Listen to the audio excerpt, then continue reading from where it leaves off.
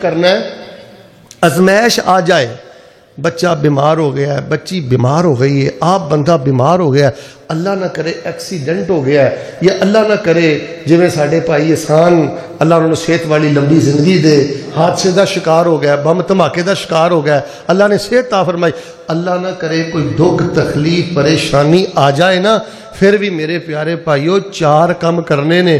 فرمایا یہ 4 کم کرنا تہاڈا کام ہے، میں دنیا دی عزت بھی عطا کر دیاں گا تے قیامت والے دن بغیر حساب دے اپنی جنت دا مہمان بنا دے گا۔ لو آئیے ہن میں اختصار دے نال تواڈے سامنے وہ 4 عمل بیان کرنا۔ الہ العالمین نے کی فرمایا ہے؟ اللہ فرما رہے نے اے میرے محبوب پیغمبر امام الانبیاء جناب محمد صلی اللہ علیہ وسلم اعلان کر دیو، سنو اے لوگو، اگر ازمائش آ جائے، پریشانی آ جائے، مصیبت آ جائے، دکھ آ جائے، بیماری آ جائے، کوئی نقصان ہو جائے تے 4 کم کرنے نے، دی اندر کامیابی، دی اندر رحمت، دی اندر عظمت، دی اندر نجات، دی اندر اللہ دی جنت۔ فرمایا والا نبلونکم بشیء من الخوف والجوع ونقص من الاموال والانفس والثمرات وبشر الصابرین۔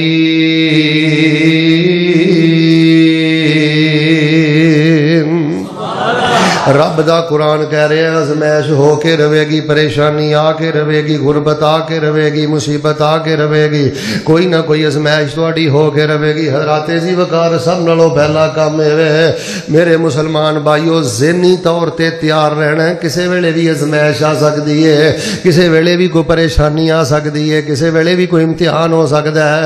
اللہ پاک دی قسم جڑا بندہ ذہنی طور تے پہلے تیار رہے کہ میں دارالعمل دے اندر، میں امتحان دے اندر بیٹھا، ازمائش آ جائے تے پھر بندہ صبر کر جاندا ہے، ازمائش آ جائے تے بندہ پھر صلاح سکینت عطا کر دیندا ہے۔ میں مثال دے کے گل سمجھانی چاہنا، ہن بندہ کرائے دے مکان اندر رہندا ہے، یہ ذہن بنا کے بیٹھا ہے کہ کسے ویلے بھی مالک مینوں مکان چوں کڈ سکدا ہے، اچانک سامان چکے گا انہوں پریشانی نہیں ہوئے گی، یا بندہ حج عمرے لے جاندا ہے انہوں پتہ ہے ایئرپورٹ تے میرا وقت ضائع ہو سکدا ہے، پہلے ذہنی طور تے تیار ہوئے گا تے پریشان نہیں ہوئے گا۔ لوگوں مومن تے مسلمان نو ذہنی طور تے تیار رہنا چاہیے، ازمائش کسے ویلے بھی آ سکتی ہے، پریشانی کسے ویلے بھی آ سکتی ہے، امتحان کسے ویلے بھی ہو سکتا ہے۔ یہ اللہ پاک نے جہان بنائے یہ ازمائش سے امتحان واسطے وے۔ جیڑا بندہ ذہنی طور تے تیار رہے پھر وہ بندہ شرک نہیں جے کردا، پھر وہ بندہ ظلم نہیں جے کردا، پھر وہ بندہ اللہ پاک دیاں حداں نہیں جے پھلانگدا۔ فرمایا والا نبلونکم بشیء من الخوف والجوع ونقص من الاموال والانفس والثمرات وبشر الصابرين الذين اذا اصابتهم مصيبه قالوا انا لله وانا اليه راجعون اولئك عليهم صلوات من ربهم ورحمه واولئك هم المهتدون۔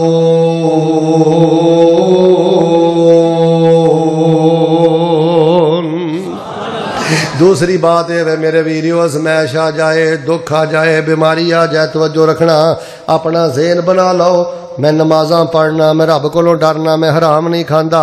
آ جڑی بچے والوں دکھ تے ازمائش تے تکلیف آئی ہے، یا میرے تے کوئی دکھ تکلیف تے پریشانی آئی ہے، اپنا ذہن بنا لو اللہ تبارک و تعالی اس تکلیف اندر کوئی نہ کوئی خیر پیدا کرے گا، اس تکلیف اندر کوئی نہ کوئی بہتری پیدا کرے گا، اس تکلیف اندر اللہ کوئی نہ کوئی اچھائی پیدا کرے گا۔ صرف 2 مثالاں میں تواڈے سامنے رکھنیاں چاہنا، واقعہ تسی سندے رہندے ہو۔ حضرت ابراہیم علیہ السلام تے کڈی وڈی ازمائش آئی، وقت دا ظالم بادشاہ حضرت سارہ دے نال زنا دا ارادہ کرنا چاہندا ہے، کمرے دے اندر سیدہ سارہ نو بند کر لیا ہے۔ حضرت ابراہیم بڑے پریشان۔ میں ایک سوال کرنا چاہنا، جے دی بیوی انج کمرے دے اندر بند ہوئے تے بدکار زانی کمرے دے اندر بندہ موجود ہوئے، کتنی بڑی ازمائش ہے۔ حضرت ابراہیم بھی اللہ کو دعا کر رہے ہیں، سیدہ سارہ نے بھی 2 رکعت نفل نماز پڑھی ہے، سیدہ سارہ نے بھی وضو کیتا ہے۔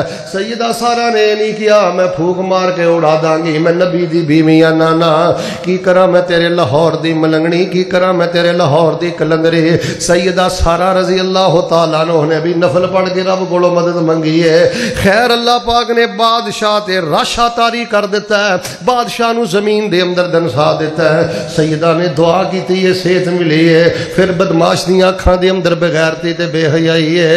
سیدہ نے پھر نماز پڑھ کے دعا کیتی، ابراہیم نے دعا کیتی ہے۔ انہاں نے دیکھ لو صبر کیتا ہے، اللہ نے اس شر دے اندر، اس تکلیف دے اندر خیر کی رکھی ہے۔ انہیں اپنی حاجر جڑی ہے اس سیدنا ابراہیم علیہ السلام نو اپنی بیٹی دے دیتی ہے۔ سیدنا ابراہیم نے حضرت حاجر دے نال نکاح کر لیا ہے۔ حضرت حاجر دے بطن چو اسماعیل پیدا ہوئے نے، تے حضرت اسماعیل دی لڑی چوں اللہ پاک نے معصومہ دے امام الانبیاء نو پیدا فرما دیتا ہے۔ ازمائش آئی، اللہ نے تکلیف دے اندر خیر نو رکھ دیتا ہے۔ پھر میں کیوں نہ کہاں فَلَنَبْلُوَنَّكُمْ بِشَيْءٍ مِّنَ الْخَوْفِ وَالْجُوعِ وَنَقْصٍ مِّنَ الْأَمْوَالِ وَالْأَنفُسِ وَالثَّمَرَاتِ وَبَشِّرِ الصَّابِرِينَ۔